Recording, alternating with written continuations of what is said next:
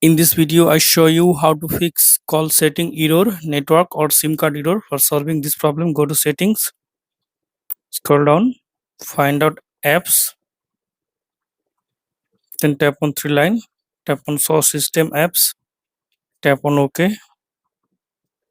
Now search for call setting,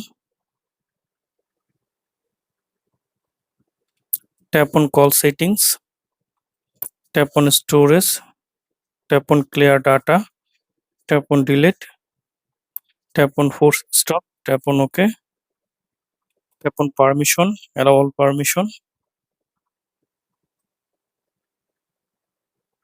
Now search for reset, tap on reset, again tap on reset. Now tap on reset network settings, reset settings, enter your pin code or lock screen password,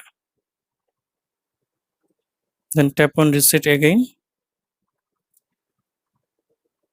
Now I hope that this method fix call setting error, network or SIM card error. If this method not working, then you have to change your SIM card.